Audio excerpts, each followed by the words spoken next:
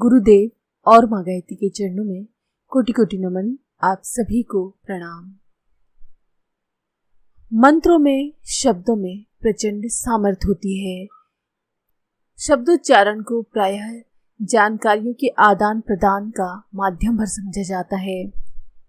उसकी शक्ति को कम ही लोग जानते हैं। शब्दों के साथ अनेक भाव, अभिव्यंजनाएं, संवेदनाएं, प्रेरणाएं और शक्तियां जुड़ी होती हैं।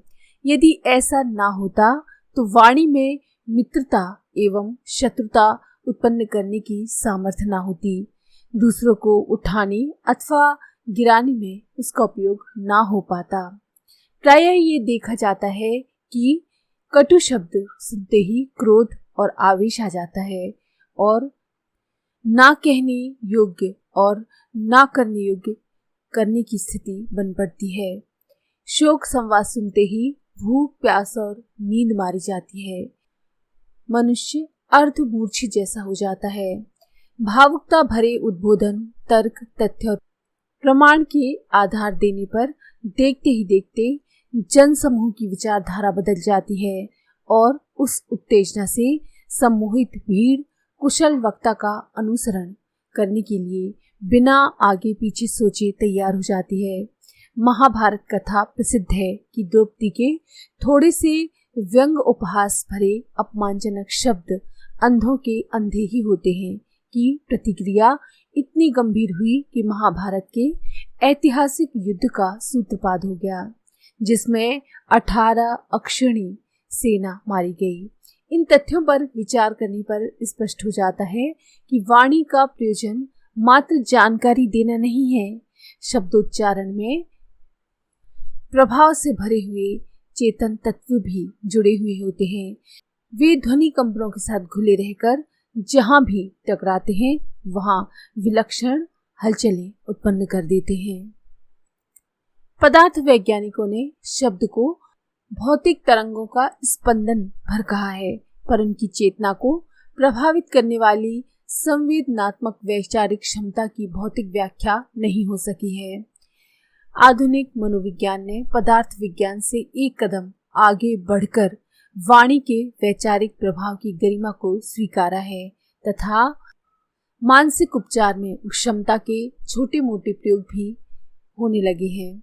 इतने पर भी शब्द की विभिन्न प्रकार की सामर्थ्यों से वे अभी अपरिचित हैं।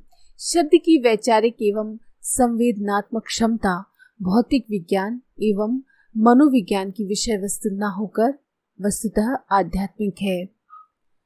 जप योग में मंत्र शक्ति के इसी आध्यात्मिक प्रभाव का उपयोग करके काम में लाया जाता है तथा आंतरिक परिवर्तनों के हेतु नियोजित किया जाता है।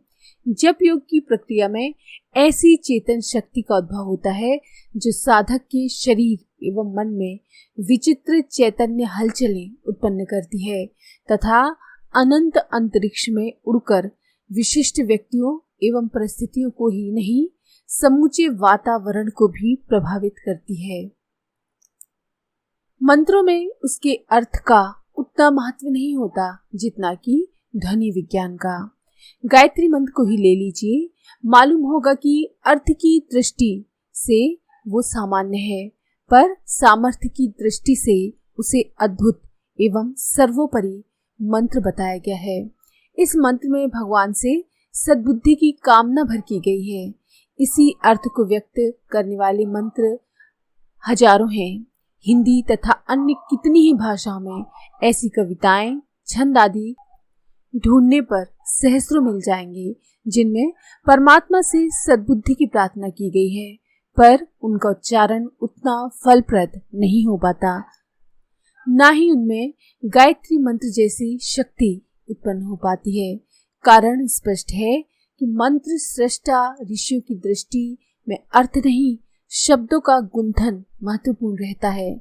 कितने ही बीज मंत्र ऐसे हैं जिनका कोई अर्थ नहीं निकलता, पर वे सामर्थ्य की दृष्टि से अद्भुत है। ह्रीम, श्रीम, क्लीम, एम, हुम, यम, फट, ये सभी बीज मंत्रों का अर्थ यदि हम करें तो माथा पच्ची करने पर भी हमको कोई सफलता नहीं मिलेगी। वस्तुतः उनका सृजन, ये ध्यान रखते हुए किया गया है कि उनका उच्चारण किस स्तर का, कितनी सामर्थ्य का शक्ति कंपन उत्पन्न करता है तथा जब कर्ता अभीष्ट प्रयोजन एवं वातावरण पर उसका क्या प्रभाव पड़ता है।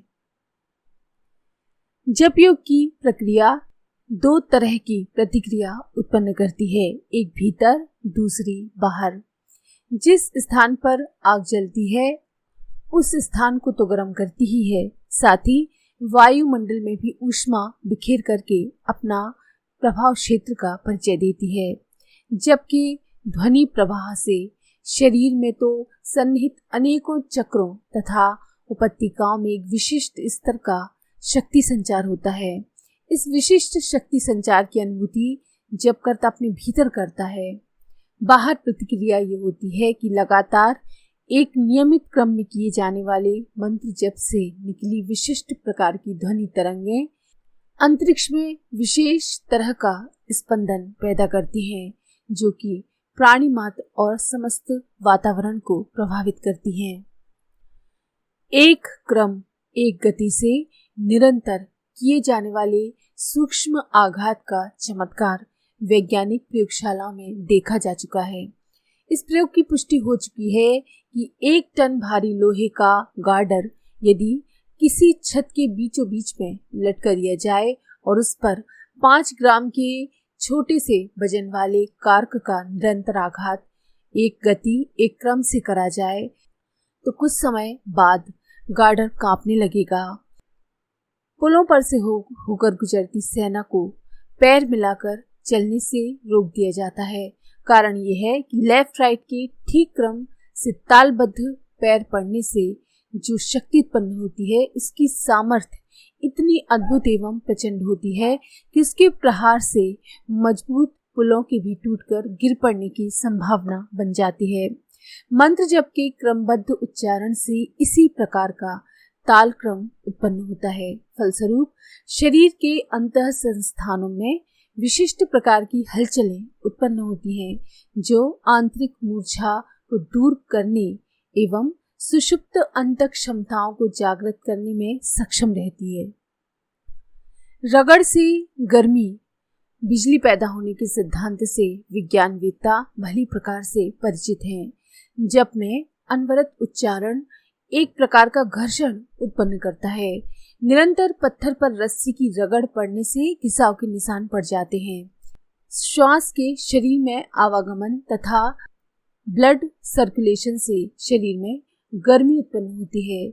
जीवन का व्यापार उपार्जन उसी ऊर्जा के सहारे चलता है। जप में जो घर्षण प्रक्रिया गतिशील होती है वो अंतर्निहित दिव्य शक्ति संस्थानों को उत्तेजित, जागृत करके दिव्य उपलब्धियों का मार्ग प्रशस्त करती है। इस वीडियो में हमने जाना कि मंत्र शक्ति कितनी प्रभावशाली होती है, ये किस तरह से साधक के ऊपर अपना प्रभाव छोड़ती है, मंत्रों का गुंथन इस प्रकार से क्यों किया जाता है, घर्षण का सिद्धांत मंत्रों पर कैसे लागू होता है। अगले वीडियो में हम जप योग से मंत्र शक्ति के दूसरे लाभों को जानेंगे। आज के लिए इतना ही।